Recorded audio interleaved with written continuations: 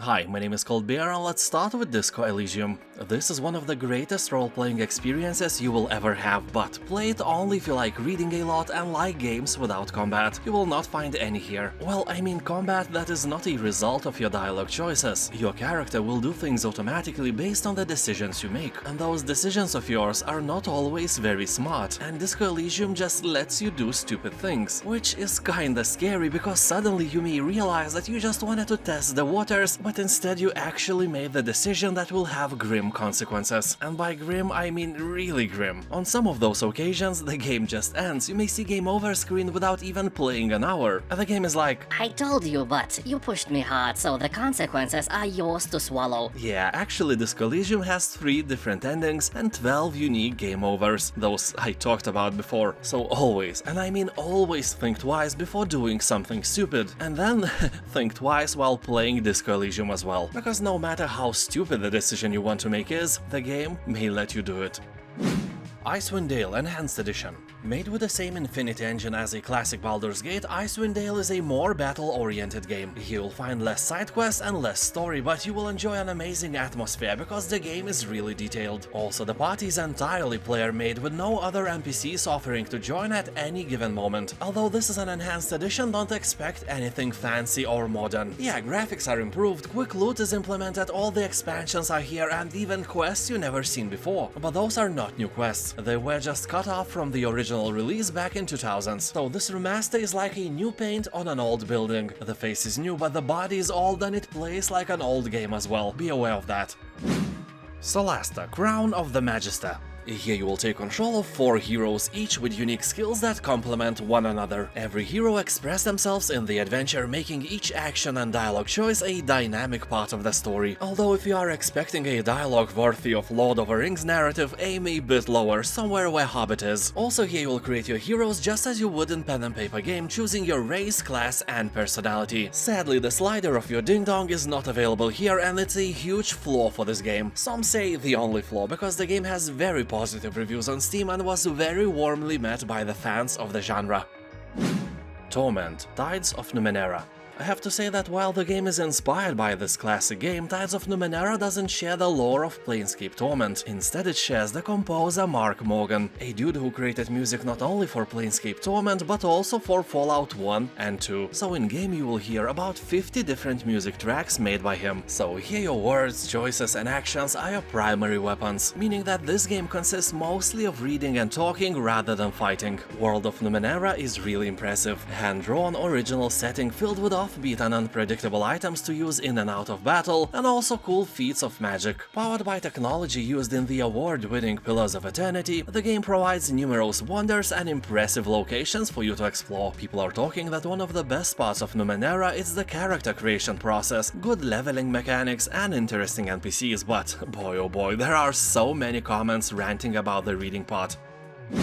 The Hand of Merlin. This is a turn-based roguelite RPG in which a famous legend about King Arthur clashes with a sci-fi horror. You'll explore a medieval setting on the brink of apocalypse, trade with merchants, improve your heroes and unearth ancient relics. And by doing that, search for the lost fragments of your soul scattered across the multiverse and save as many worlds as you can. As you jump from one dimension to the next, history is reshaped and it gives real deepness to this game. People on Steam are saying that the game is hard and pushing, but in a good way. You actually learn a lot from your failures here, not like in real life. Although people also say that the game fancies to crash, especially during the combat, and that may be infuriating. Pillars of Eternity Definitive Edition. You can't find this one in the search bar. You have to click on a simple Pillars of Eternity release and then you will find a bundle here. This is a great deal. For this price you will get the main game and all the DLC, so you'll have a complete game in one package. Pillars of Eternity is a great title, and if you like classic Baldur's Gate or Icewind Dale games, you probably have heard about the game already. Pillars came to life after an unbelievably successful Kickstarter crowdfunding campaign, which raised more than $4 million. That is 4 times times more than you have face mites now crawling on your face. Yes, this is a wisdom you never wanted to possess. Now go and share it with your family members, don't be alone in this. So in Pillars of Eternity you become a hero and save people from a scary phenomenon known as Hollowborn. People are being born without a soul. Well, I guess that everyone is affected except people with specific hair color. You know, you can't lose what you don't have. Second part of the game is also discounted, but they are kinda similar in graphics and story quality, so if you never played the first part, don't skip it. Tyranny.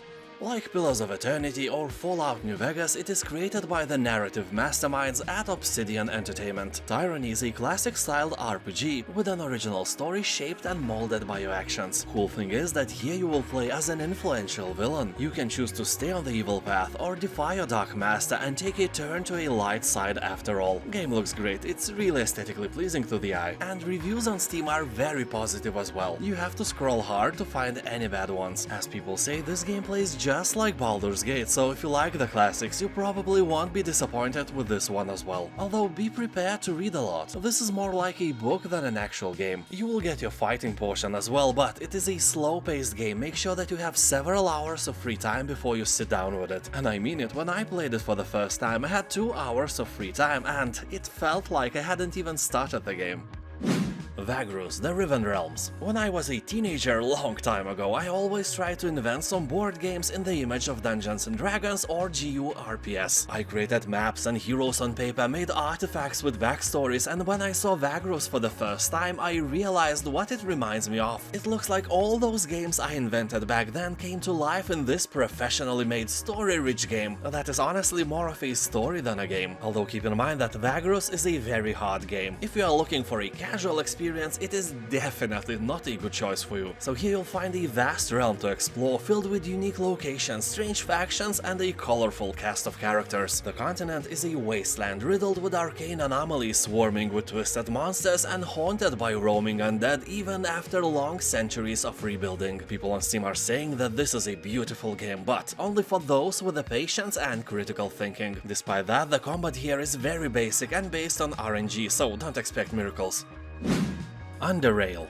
Game is set in a distant future when life on the surface has long gone and the only remnants of humanity now dwell in the Underrail, a vast system of metro station states that, it seems, are the last bastions of a fading race. Here you take control of one of the denizens of such a station state, whose life is about to become all that much more interesting and dangerous as you are caught in the middle of conflicting factions of the Underrail as they violently struggle to survive in the harsh underground environment. Game will take about 60 hours of your boring life, so it's a decent storyteller, although it's difficult and may sometimes infuriate you.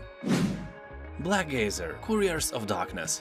Before the release, the game was a bit in trouble for looking almost exactly like Pillars of Eternity. That summoned a bit of disappointment from the players, but now the outcome is almost a happy one. For example, recent reviews are in the very positive range. So in Black Geyser, you will be thrown into a brewing civil war between the capital city and the wealthy mining town. To participate in these events, you will be able to create your hero and choose out of 5 playable races and then out of 4 classes. I think it's enough, because I doubt that you will play the game for the second time anyway, although keep in mind that the game is poorly optimized and sometimes runs with stuttering even on high-end machines. That is a shame, because it looks like it was made 20 years ago. Anyway, if you are okay with some frame drops here and there, love games like Baldur's Gate, it may be a thing that you are looking for.